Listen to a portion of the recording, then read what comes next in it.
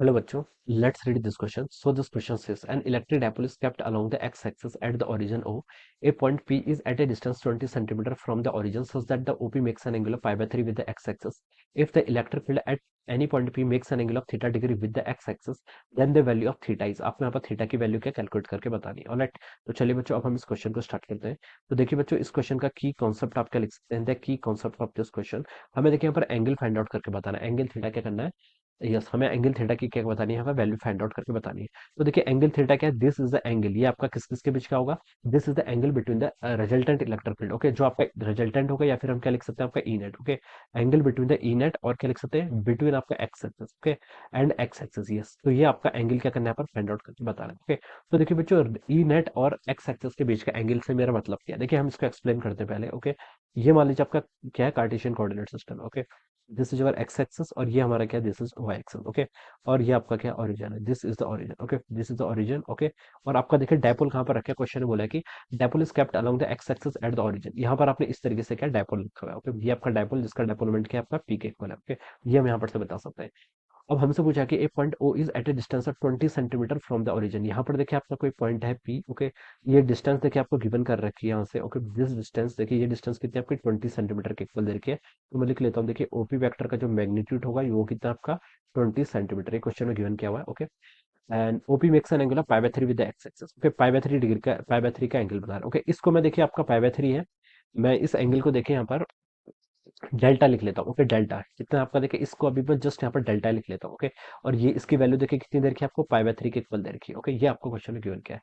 If the electric field at point P makes an angle of theta degree with the X axis, resultant electric field X axis बनाएगा, then the value of theta, theta की value यहाँ पर आपको क्या करनी है, calculate करके बतानी है। ओके, अब देखिए बच्चों क्वेश्चन को स्टार्ट करते हैं। ये आपका डायपोल है P. Okay, it is placed at the origin along x axis. इस डायपोल का कंपोनेंट देखिए, दो कंपोनेंट आएंगे। एक कंपोनेंट देखिए आपका पी ओपी वेक्टर के अलोंग आएगा, ये कंपोनेंट कितना होगा देखिए, ये पी है, ये एंगल डेल है, तो हम बता सकते हैं कि this component is over p cos of del. Okay, ये लिख सकते हैं। ओके, और एक कंपोनेंट आपका ऐसे पैरेलल आएगा, इस कंपोनेंट को मैंने क्या लिख लिया, दिस मस्ट भी, देखिए ये पी कॉस डेल था तो ये आपका पी साइन डेल होना चाहिए। ओके, ये हम यहाँ पर से इसको ऐसे लिख सकते हैं। राइट, अब देखिए, अब हमें देखिए बताना है पी पॉइंट पर आपको रिजल्टेंट इलेक्ट्रिक फील्ड बताना। Okay, because of this dipole. Okay, तो देखिए अब हमने काम थोड़ा इजी कर दिया, हमने देखिए पी कॉस डेल में कंपोनेंट में डिवाइड कर लिया और पी साइन डेल। अब पी पॉइंट देखिए आपका जो पी कॉस डेल वाला डायपोल है उसके एक्सिस पर लाई कर रहा है, और पी साइन डेल्टा के लिए क्या लाई कर रहा है, इसकी इक्वेटोरियल प्लेन पर लाई कर रहा है। ओके, और हमें पता है कि एक्सिस पे जो आपका इलेक्ट्रिक फील्ड होता है डायपोल के कारण वो कितना होता है आपका 2 केपी ओके, और आपका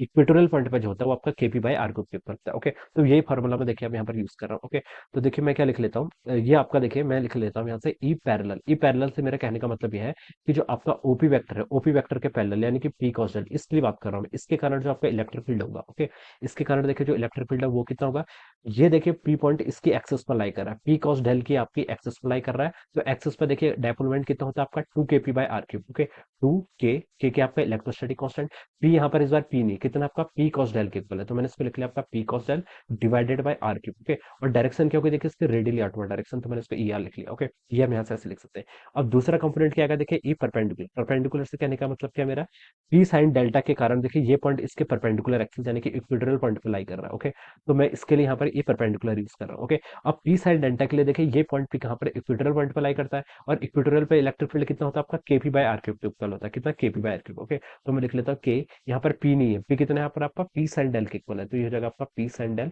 डिवाइडेड बाय कितना हो जाएगा आपका आर क्यूब। ओके, ये हम यहाँ पर इस तरीके से इसको लिख सकते हैं। ओके, अब देखिए आपने यहाँ पर ई पैरेलल भी फाइंड आउट कर लिया और ई परपेंडिकुलर भी क्या कर लिया आपने यहाँ पर ऐसे फाइंड आउट करके बता दिया। ओके, ओके यस, हम यहाँ पर से इतना बता दिया। अब देखिए आपको आपको ई नेट फाइंड आउट करना है, ई नेट फाइंड आउट नहीं करना है, सॉरी, आपको क्या बताना है देखिए। देखिए अब मैं यहाँ पर इसकी डायरेक्शन शो कर देता हूँ, यहाँ पर मैं इसकी डायरेक्शन रिप्रेजेंट करता हूँ। ओके, इलेक्ट्रिक फील्ड देखिए आपका पैरेलल वाला इस डायरेक्शन में होगा, this is the electric field because of parallel. Okay, ये आपका इलेक्ट्रिक फील्ड देखिए पी कॉस डेल के कारण है, और पी साइन डेल के कारण इलेक्ट्रिक फील्ड देखिए ऐसे इस डायरेक्शन में होगा। देखिए डायपोल के कारण इक्वेटोरियल पॉइंट पर इलेक्ट्रिक फील्ड की डायरेक्शन ऑलवेज क्या होती है, अपोजिट होती है डायपोलमेंट की डायरेक्शन की। Okay, so this will be our electric field, ये हम यहाँ से इलेक्ट्रिक फील्ड की डायरेक्शन रहेगी। ओके, अब मान लीजिए इन दोनों का जो रिजल्टेंट आ रहा है वो आपका ये आ रहा है, this is the resultant of all this. Okay, ये क्या है, इन दोनों का रिजल्टेंट है। ओके, और ये देखिए आपका हम एज्यूम कर रहे हैं कि it is making an angle of कितना एंगल बना रहा है देखिए, सॉरी क्वेश्चन में थीटा दिया है ना, थीटा एक्स एक्सिस के साथ है। चलिए हम इसको यहाँ पर फाई एज्यूम कर लेते हैं, कितना यहाँ पर फाई एंगल। ओके, ये आपका कितना एंगल बना रहा है, आपका फाई एंगल बना रहा है। ओके, तो देखिए अब हम क्या पता करना है, देखिए हमें पता करना है थीटा एंगल।